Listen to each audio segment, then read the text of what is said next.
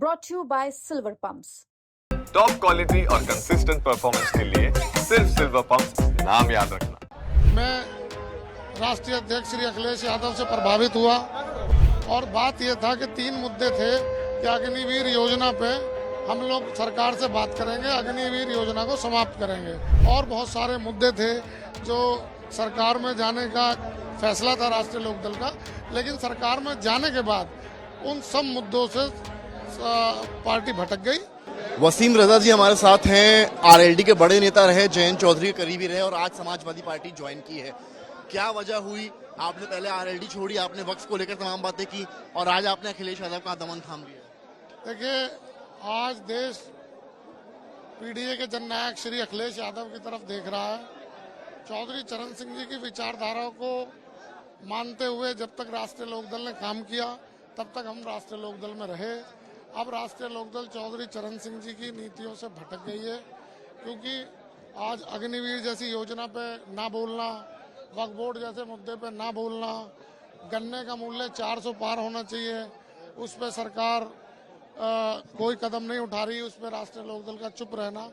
इसलिए आज प्रदेश के अंदर समाजवादी पार्टी के राष्ट्रीय अध्यक्ष अखिलेश यादव के नेतृत्व में उत्तर प्रदेश के अंदर अगली सरकार बनने जा रही है और हम एक मामूली कार्यकर्ता के रूप में समाजवादी पार्टी को मजबूत करने का काम करें। आपने संपर्क कैसे साधा? आपको अप्रोच किया गया या आपने बात की? नहीं, देखिए, मैं राष्ट्रीय अध्यक्ष श्री अखिलेश यादव से प्रभावित हुआ, उनकी पीडीए की रणनीति से प्रभावित हुआ और मैंने समाजवादी पार्टी से जुड़ना अपना सौभाग्य समझा, क्योंकि आज 36 की 36 बिरादरी जिस तरीके से भारतीय जनता पार्टी संविधान विरोधी काम कर रही है, सिर्फ एक नेता देश के अंदर ऐसे हैं, श्री अखिलेश यादव, जो भारतीय जनता पार्टी से लड़ने का काम कर रहे हैं। आपके विरोधी ये भी कह रहे हैं कि जिस वक्त बीजेपी से हाथ मिलाया आरएलडी ने, उस वक्त उनको क्यों नहीं याद आया और अब क्यों याद आया है? उस वक्त तो वो खिलाफ हो गया अखिलेश यादव के।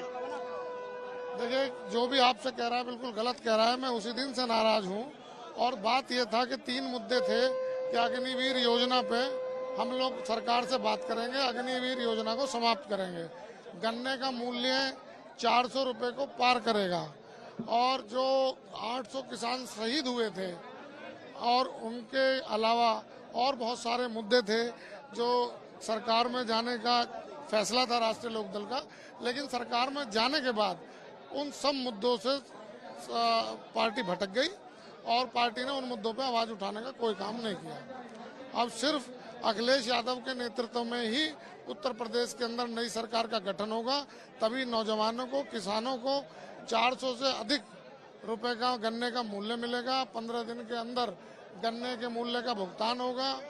जो व्यक्तिगत तौर पर जयंत चौधरी से आपकी बात हुई, क्या प्रमुखता थी?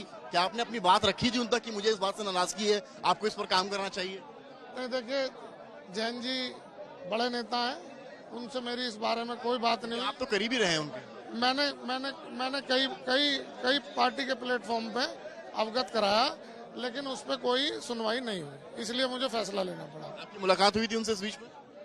नहीं, अभी तो पिछले कुछ समय से नहीं। उस वक्त छोड़ने का विचार किया, उस वक्त आपने मुलाकात की थी? जी हाँ, मैंने चौधरी साहब से बात की थी, उन्होंने बात रखी? जी, मैंने उन्हें बताया। उन्होंने क्या कहा था? नहीं, मैंने अपनी बात रख दी, उन्होंने मेरी बात सुनी। अब अगर वो उस पर मेरी बात पे एक्शन होता तो गन्ने का मूल्य 400 को पार करता। जो भारतीय जनता पार्टी की सरकार में किसानों के साथ जो उर्वरक में धांधली हो रही है उस पर कुछ काम होता।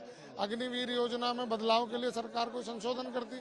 जब किसी भी मुद्दे पे कोई काम ही नहीं हुआ, वक्फ बोर्ड जैसे संवेदनशील मुद्दे पे कोई बात पार्टी की तरफ से किसी भी फोरम पर नहीं की गई, इसलिए हमने फैसला लिया।